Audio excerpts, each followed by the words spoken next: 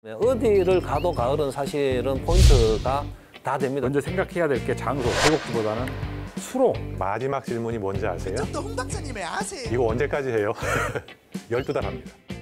이 편으로 포인트 선정 방법에 대해서 설명을 드리겠습니다. 가장 많이 물어보신 질문이 어느 포인트에 어떻게 가면은 잘 낚입니까, 사장님? 자, 봄, 여름, 가을, 겨울의 포인트 선정 방법이 다 틀리고, 가을은 수온이 대부분 전 수면이 비슷하게 이게 같아집니다. 표층이 높고 뭐 밑에가 이게 따뜻하고 그렇지가 않고 물이 막 섞이는 계절이고 이제 수온이 같아지는 시기이기 때문에 어디를 가도 가을은 사실은 포인트가 다 됩니다. 이럴 때는 그냥 수온이나 이런 걸 보지 마시고 눈에 보이는 장애물을 많이 찾으시면 돼요.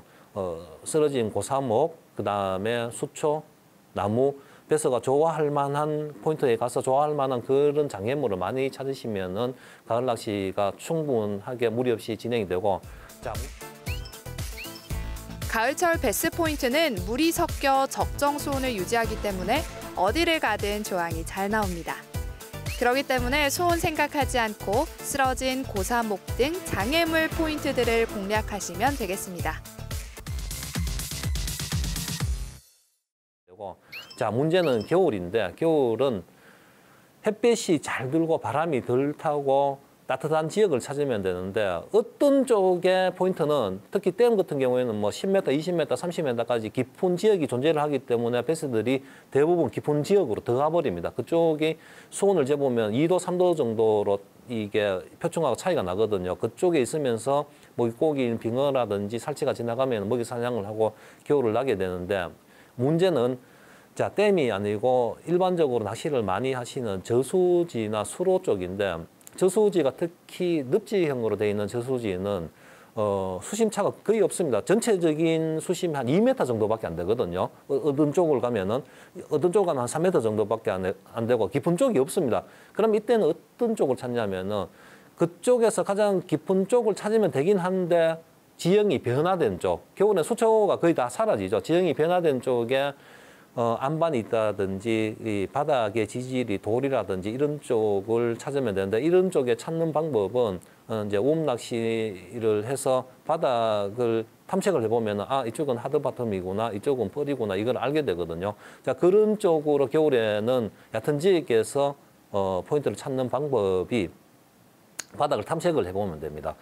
자, 수로, 강, 저수지, 댐 이 포인트는 다 이렇게 다르지만은 지금 제가 얘기하는 요 중요한 몇 가지만 생각을 하시면은 봄, 여름, 가을, 겨울 배스를 쉽게 찾을 수 있는 그런 방법이 될 수가 있습니다.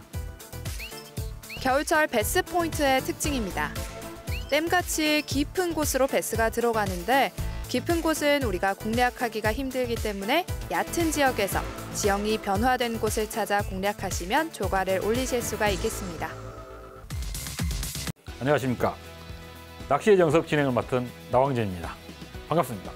낚시 자리와 포인트 선정의 기준에 대해서 설명을 드려보도록 하겠습니다.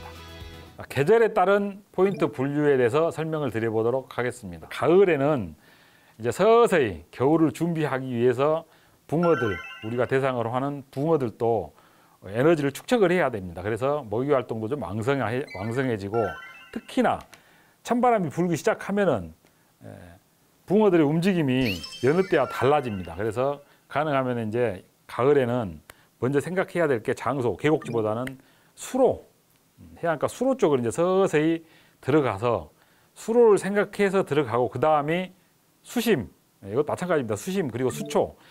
다만 이제 가을이 되면은 수심보다는 수초가 더 먼저 선행이 돼야 되는 부분도 있습니다. 수초 쪽을 먼저 수초가 발달이 되면서 수심이 1m에서 1.5m 정도 나오는 곳을 선택을 하시면은 가을철에 그곳이 바로 좋은 포인트가 될 수가 있습니다.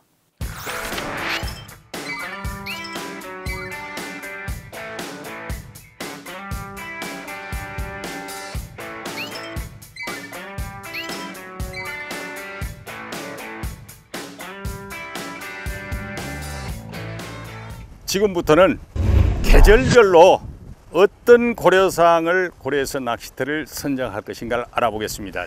우선 봄철에는 가장 우선적으로 고려해야 될 것이 일조량이 얼마나 많은가. 하루 종일 수면에 햇볕이 드는 곳이 우선순위 1번입니다. 그리고 해안가이면서 바닷바람이 닿는 곳, 이게 겨울철에 붕어들의 활성도를 유지하는 것이고요. 그 다음으로는 수심이 평지형이면서 그렇게 규모가 크지 않고 고를 가지고 있는 곳, 다음으로 들 끝에 있는 수로, 여름철에는 아주 덥죠. 그늘진 곳, 그리고 시원한 물이 유입되는 곳, 또 적당한 수심이 있는 곳과 낮은 곳에 물이 대류가 환류가 될 수 있는 그런 장소를 고려하는 것이 좋습니다. 다음으로 이제 가을철인데, 가을철에 첫 번째로 고려할 것은 물 색깔입니다. 가을철에는 자칫하면 샘물처럼 맑은 냉수대가 되어버릴 수가 있습니다.